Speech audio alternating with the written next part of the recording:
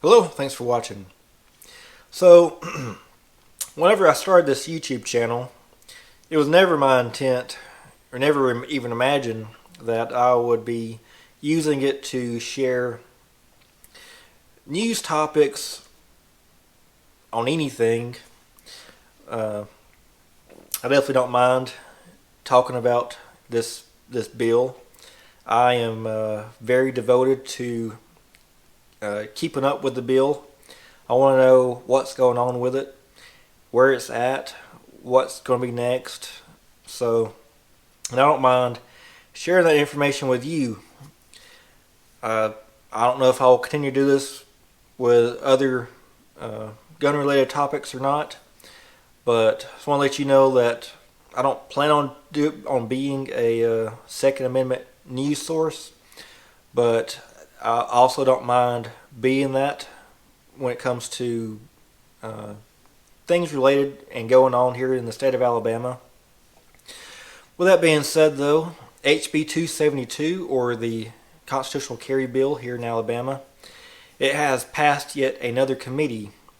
That means that in the past 10 years, this is the furthest that a constitutional carry bill has ever went.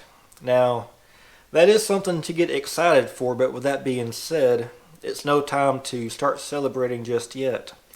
We're not there yet. As soon as Tuesday, we expect to have a vote on the House floor. We don't know how it's going to go. What we have heard is that this could go on all day. We don't know when they'll actually take the vote. Could be, late that night, but we're just going to have to stay as informed and in the loop as much as possible. In my last video, then I mentioned that there was something added to the bill, and we was really unsure if that was a good thing or a bad thing. We was leaning toward it being a bad thing. They changed some wording on the current law, and so right now the way the permit system is that with a permit you can carry just about anywhere.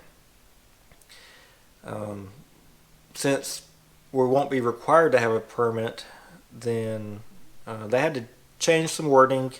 We talked to some sponsors of the bill, and they have kind of talked us through the process of the change that they had to make, and it had us feeling a lot better about the changes that were made.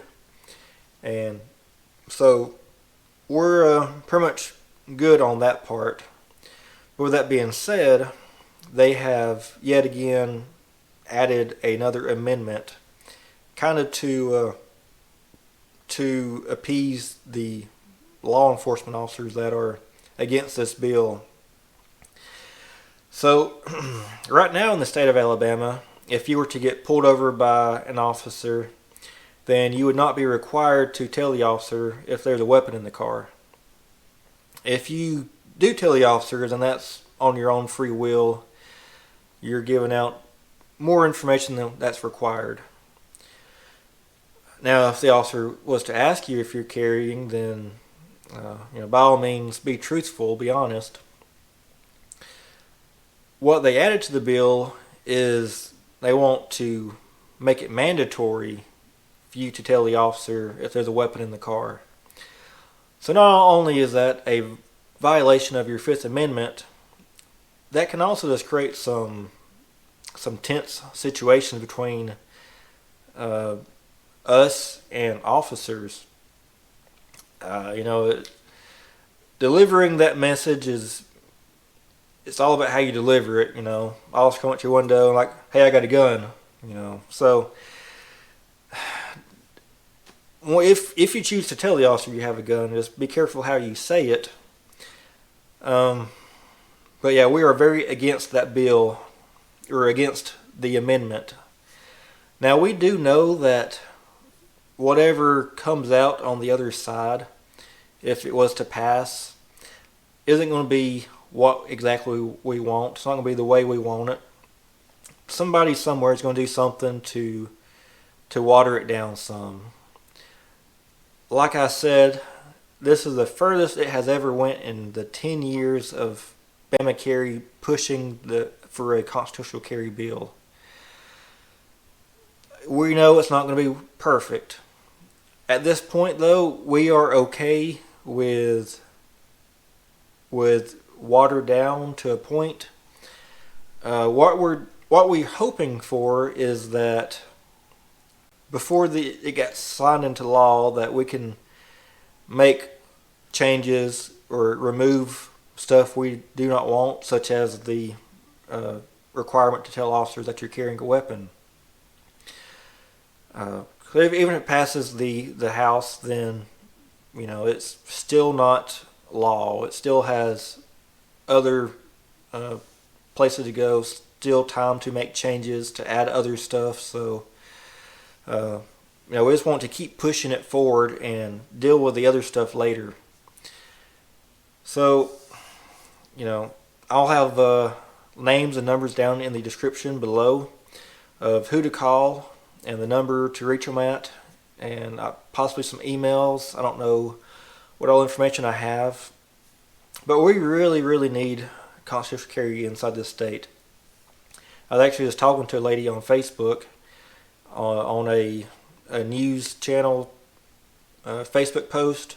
They had made a post saying that as soon as Tuesday that we could get a vote on the bill, or at least the House will have a vote. And there was a woman that commented saying that she had been arrested for carrying without a permit, that she wasn't a criminal. That was the only law that was broken, is that she had a pistol without a permit. And I got to talking to her, and come to find out she had a unloaded pistol in her purse.